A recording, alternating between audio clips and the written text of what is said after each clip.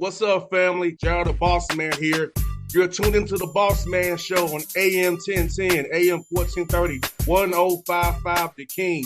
Let the King out at 105theking.com and the Bossman Show at bossmanshow.com. Hit me up on Instagram, The Bossman Show, Twitter at Bossman Show, and Facebook, Bossman Show. It's the Bossman on your radio. Listen to the Bossman Show with your host, JR, Saturdays at 9 a.m. right here on AM 1010, The King. BS3 Network, changing the way you watch TV. Yes, BS3 Network, changing the way you watch TV, covering content and hot topics from A to Z, sports, music, society and culture, movie reviews, you name it, we have it. Check it out on bs3network.com or check us out on Roku, BS3 TV on Roku, as well as check out your favorite podcast on all podcast platforms or Spreaker.com/BS3 Network. You are now tuned to BS3 Network.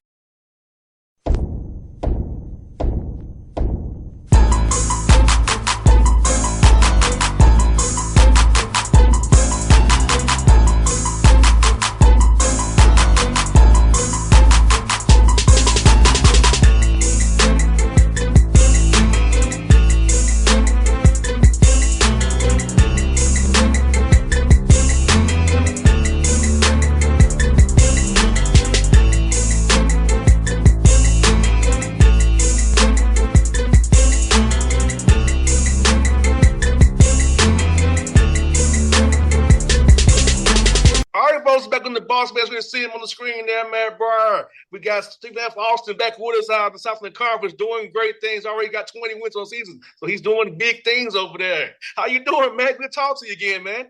Yeah, man. Thanks for having me on again. And, things are good, man. Winning always helps, but it's starting to get a little bit more closer to the spring and temperatures are rising back here in Texas after the freeze. So we're doing good, man. And things are looking up.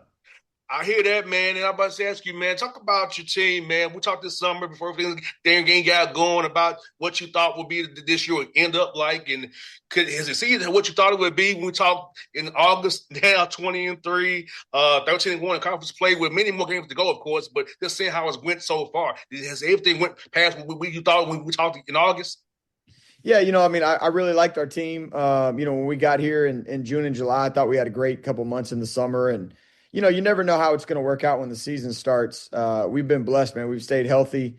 We've avoided, for the most part, we've avoided anything catastrophic, which is, a big part of any sport is staying healthy and having your best players available. So, we've been fortunate in that respect. And then, we played a good schedule and teams that we could beat, and we've executed and we've just kind of come out on top, man. It's just, when you start winning, as you know, in any sport and anything in life, the more you win, the more success you have, the confidence builds. And when the confidence keeps building, it becomes, something, it's almost a snowball effect where, maybe even the confidence is even greater than how good you really are. And so it's a big part of sports. And so far we've been able to kind of take that confidence and that snowball and really, rack up some wins. About the home court advantage you all have and the environment you have at home, man, and the fans come out supporting you, East Texas being behind you, man. So talk about how cool that's been at the community come out and support you and your guys, man, every night so far.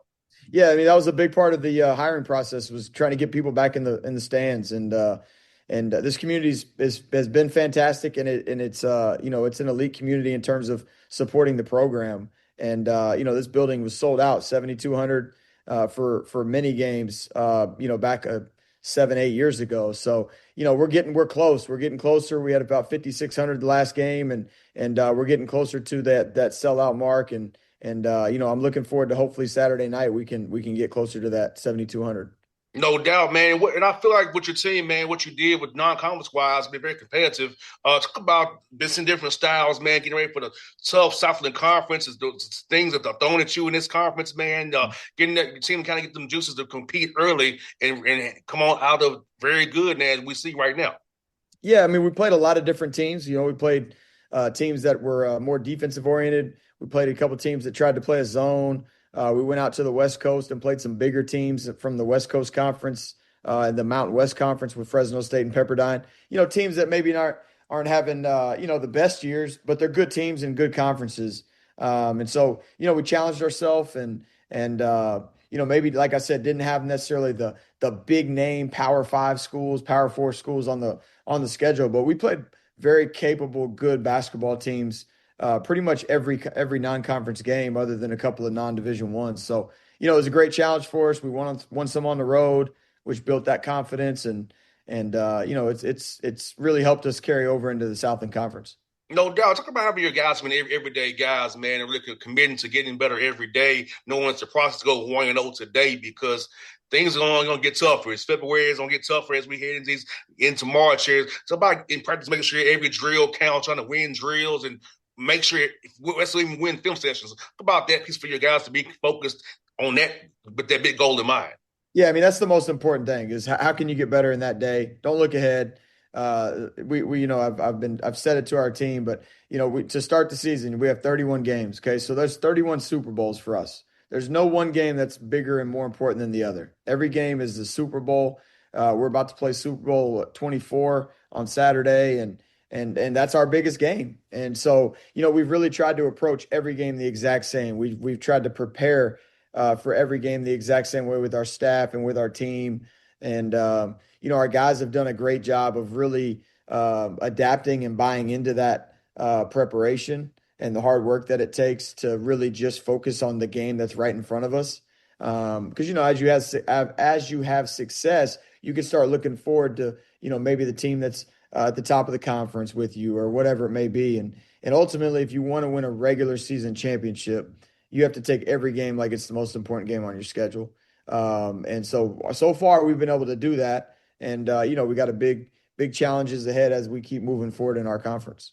No doubt. And what I know is also what is mad as a man, when you all have close games and those clutch games, man, you guys are coming through. And talk about getting that practice in live action of learning how to make those winning plays when it counts, executing defensively, getting that loose ball, getting that rebound, getting block out, setting that screen, all those small details that equate winning. About that, we have a whole new team to get them to buy into that and do it and actually practice time on task.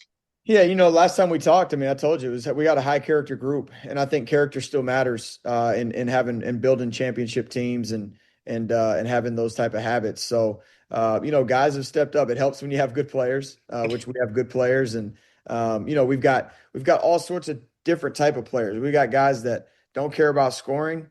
We got guys that are probably more prolific in scoring. We've got great defenders. We've got just role guys that are catch and shoot. We've got a lot of different variables to our team that can all do their role very well, and they've all bought into their role very well, which is uber important in today's landscape. Where you're having to build a new roster almost every year. So, the credit goes to the guys for buying into the role that they needed to buy into for our team to be successful. And then, late game, our guys know who our best players are, and those are the guys that are going to have the ball in their hand. But we've also had guys make big threes. Narit, Shodi Kavanik made a three at the buzzer to beat Pepperdine at Pepperdine. And so we've had guys make big shots throughout the course of the season when we've needed to make plays. No doubt. Having optionality is so great. I was going to ask you about that too.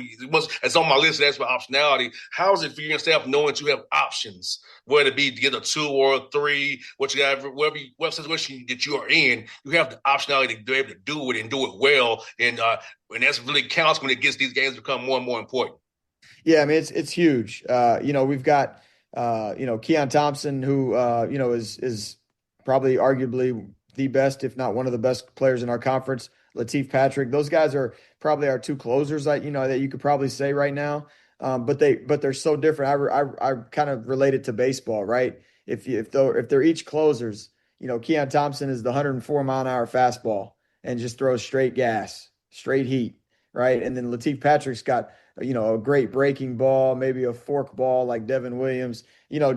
I'm a big baseball fan, so Same here, that. But I think that you have two closers that are very different, so you can go a little bit more finesse with the skill, or you can go straight smash mouth power basketball like Keon Thompson. So, we got different ways to close games, and we've also got guys that can rebound and offensive rebound and put back for us, or guys that can catch and shoot. So, again, it's really credit to the guys for buying into what they're best at and sacrificing for the greater good of the team when maybe it's not, maybe their name's not called for the closing part of the game.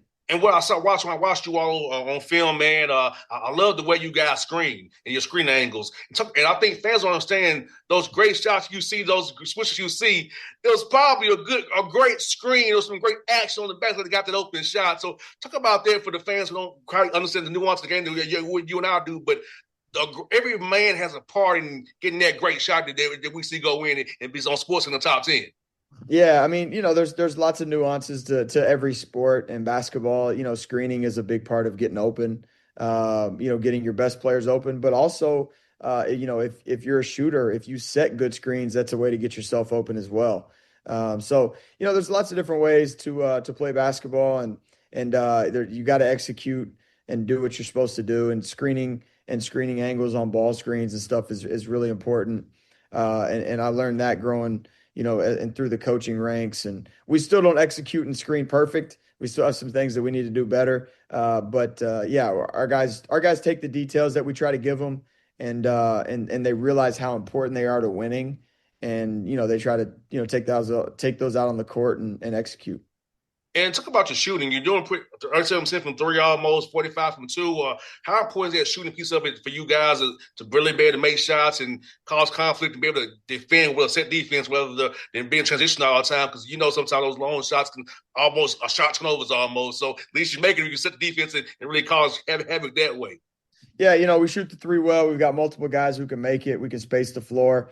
We got guys who can get into the paint and make twos. But one of the best things, the two best things we do really offensively is we don't turn it over and we offensive rebound. And so, when you do miss, you can slow down the other team's transition offense by being able to offensive rebound. And we've been able to do that. And then by not turning the ball over, not only do you get more shots on the rim, but you also don't let teams play in transition, because turnovers are a nightmare in transition, and so or they're fuel for the other team's transition offense. So, we've done a good job of taking away turnovers and not, taking care of the ball, but also offensive rebounding to really, stifle the other team's, transition opportunities. Because just like any sport, when you have to score in the half court, it becomes a lot harder to score. And so, we like to make people score in the half court against our set defense. And, I think, we're pretty solid in that area. And it's funny, man, you like a prophet, because last week, man, I was talking about this on the show, the possession game, that, hey, the rebounding and turnovers, they dictate the possession game. And the more possession shots you get on the goal, more possession you get, you're going to win the game. So I tell the listeners all the time, rebounding and turnovers in terms of possession game, that's the hidden numbers of wins and losses, more so than shots a lot of times and free throws. Yeah, that's exactly right. I'm not a huge analytical guy. I like stats and all that, but numbers are numbers. And if you get more shot attempts than the other team, typically you got a chance to win those games. No doubt, man. You're right. I'm with you, man. I'm more of a field guy. I'm not really a guy. I'm more of a field guy. So when I get all these advanced stats that from the Hawks, I have to read and on the air. I'm like, man, why? Let me just explain this in this way. I want to talk about defensive efficiency with the listeners on the radio. They don't know what that means. Exactly. That's the truth. You know what I mean? So, yeah, man. And you know what, man? You already played Lamar one time at their place. 88-81 was that game. And talk about when you go through the second time through. They know what you run, you know what they run. So, it really be about execution in this game. So, those small details we discussed more than ever is what we already focus on to win that game at home here coming up. Yeah, and we played them, I mean, it was a week and a half ago or so. So it's quick turnaround. So there's not a lot different. I mean, we know what they're going to do. They know what we're going to do. So really what it comes down to is executing what you're supposed to do, and then being a physical, like a level of physicality and toughness and grit to go out there and actually do it. Because the most physical team, the tougher team, typically wins. Not always, but typically wins. And so it's no secret. You got to play harder. You got to be together. You got to be the more physical, tougher team. And when you do all those things and you defend and rebound and you take care of the ball, you give yourself a chance to win every game. And so, we got to keep doing that and see what happens, because shots may not fall. And so you got to be able to make up for it by offensive rebounding and taking care of the ball to make sure you get extra shots. No doubt. I know you're a baseball guy like I am, but you're looking forward to spring training coming up in a week or so starting, man. Are you excited for it? I am, man. I'm ready. I think my Astros are going to redeem themselves a little bit this year and have a better year. So I'm looking forward to getting down there to some games this spring. And I love baseball season because that means the weather's nice and typically, baseball season is starting. That means basketball season's over. So I can actually go enjoy the outdoors a little bit. After recruiting's done for the portal season. So looking forward to spring training for sure. Yeah, I remember coming to Astrodome with the Braves, and I was doing the Braves bat boy thing in the playoffs when they had those bees, the killer bees. So yep. I remember that. I hate they're in the American League now. I wish they were still in the National League, but I still love those uniforms they had, man. That was always nice. Yeah, I mean, I loved when the Astros were in the NL, but because I loved the old school. AL was the only one that had the DH, and the NL had the pitchers hit. But times have changed, so we gotta have more runs scored to keep the viewers interested in the games. Yeah, man, I missed the pitchers batting because with the Braves we had good pitchers who could hit. Yeah, all of them could hit pretty much. So it was worth it, man. But yeah, man, I'm looking forward to it as well, man. Well, man, I'll go ahead and show again, brother. Hope we're talking again down the road after you done the right thing, man, and cutting out the nets, brother. I appreciate it, man. Thanks for having me again. Have a great day. You too, brother. See you soon. All right, see you. BS3 Network, changing the way you watch TV. Yes, BS3 Network, changing the way you watch TV, covering content and hot topics from A to Z, sports, music, society and culture, movie reviews, you name it, we have it. Check it out on bs3network.com or check us out on Roku, BS3 TV on Roku, as well as check out your favorite podcast on all podcast platforms or Spreaker.com/BS3 Network. You are now tuned to BS3 Network. What's up, family? Jared the Bossman here. You're tuned into the Bossman Show on AM 1010, AM 1430, 1055 The King.